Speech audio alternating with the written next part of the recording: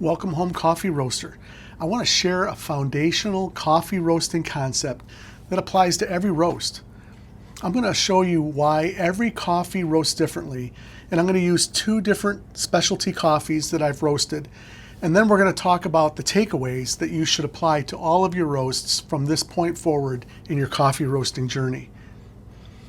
Believe me, your roast will improve and you'll enjoy your home coffee roasting experience even more. First, a reminder. Green coffee beans are an agricultural product. Because of this, they roast differently. They may roast slower or faster or burn easier. You'll notice that this impacts the time and temperature of the roast.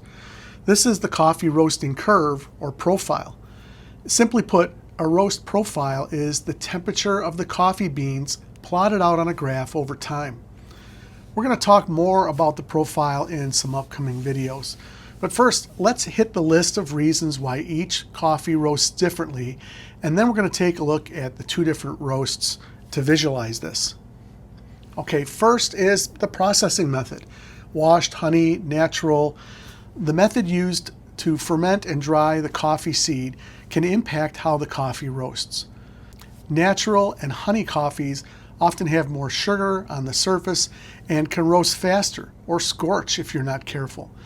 Washed coffees are thoroughly cleaned, the seeds are without any mucilage or additional sugars, and they tend to roast more evenly. Next is size and shape. Bigger beans take longer to roast. Round, small beans like pea berries can move differently in the roaster, roasting more evenly and even more quickly. All right, another reason is density. Denser beans, often from higher altitudes or because of the variety of the coffee, may need more energy to move the coffee through the roasting process. Softer, lower density beans can burn if you're too aggressive with heat applications. Next is moisture content. Beans with a higher moisture content may take longer to dry at the beginning of the roast. Drier beans heat up faster and move through the roast more quickly. All right, next is batch size. Smaller batches heat up faster and respond more quickly to changes. Bigger batches have more momentum and hold heat longer. Type and variety are other reasons why the coffee might roast differently. There are different varieties of coffee, and the structure of these seeds varies between varieties. Size and density between these types will also affect how the coffee will taste and roast. It'll also affect how it tastes different from one coffee type to another. Different varieties also have different flavors, sugars inside, which react differently to heat. Okay, now for the examples I roasted. First, I want to thank the Coffee Bean Corral for supporting what I'm doing here at the Virtual Coffee Lab. They sent me 3 different coffees to use here in my 200 series playlist that I'm creating. I used 2 of them here today.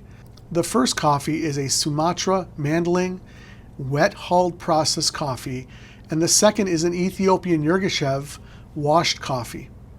A quick look reveals some of the differences between these 2 coffees. The origin, Sumatra is known for using unique wet hulled process, so in this case the origin influences the process. They remove the parchment from the seed while the coffee is still wet. This is what wet hulled processing means. The Ethiopian coffee parchment is removed after the coffee has been fully dried. The wet hulled coffee tends to have a darker looking seed with higher moisture content. Take a look at these seeds and you'll see what I'm talking about. We can clearly see that the bean size is different here. The Sumatran is twice the size of the Ethiopian. Density can be a factor as well, but when I measured these, they were fairly close in density. I measured the density of both of these coffees using 2 different methods. One was the method that I've shown here on my channel, where you use a plastic cup and you measure 250 grams of water, draw a line, and then you can use that same cup to pour in the same amount up to the line of green coffee, and you can calculate the density of the coffee that way. I also used the D-Fluid Onyx. This is a multi-device that will allow me to measure moisture content, density, as well as roast levels, and so much more. This is quite an amazing tool that I'm going to be showing you more of in future videos. And D-Fluid has sent me this device so that I can show you how it works, the features and benefits of it, and how it might apply to home coffee roasters as well as professional coffee roasters alike. I measured this moisture content of both of these coffees. The Ethiopian measured 10%, which is common for washed Ethiopians, compared to 12% moisture content with the Sumatra. So the big differences for these two coffees, other than the variety, are the moisture content and the bean size. So I roasted each of these coffees using the exact same batch size on this roaster here, 300 grams. And the temperature settings, the charge temperature, the exhaust temperature, the airflow, the drum speed, and then all through the roast, each time I made a setting change, I did it exactly the same from one roast to the next. Here are the graphs for both roasts. They roasted very differently. It might not seem like much, but the Ethiopian roasted over a minute faster than the Sumatra. In every phase, the Sumatran lagged behind, and I believe it was because the moisture content and the bean size were so different. The Sumatra was more moist and it had a larger bean size.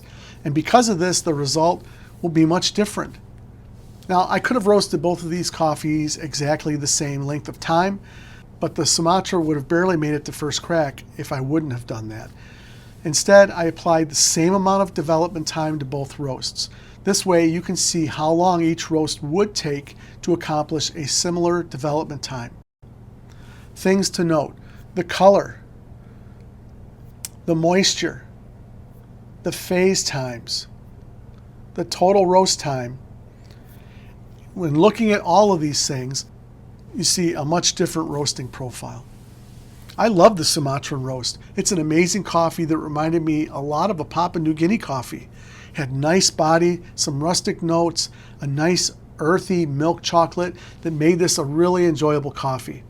The Yirgacheffe had some nice sweetness with a lime note, but I think I would like to roast this a little bit lighter, possibly a shorter development time. So what are the takeaways here?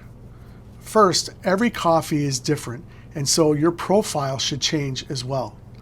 Number two, once you learn to read your coffee, how it looks, smells, cracks, and responds, you'll be able to build a better roast.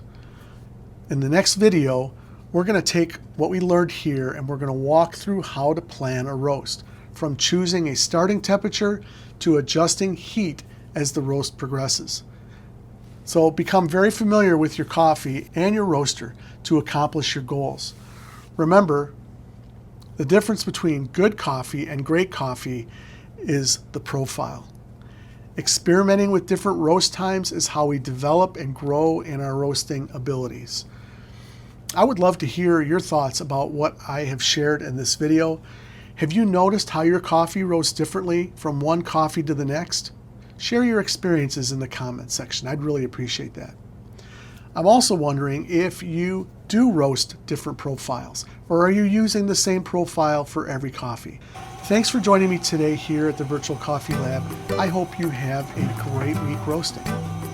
We'll see you next time.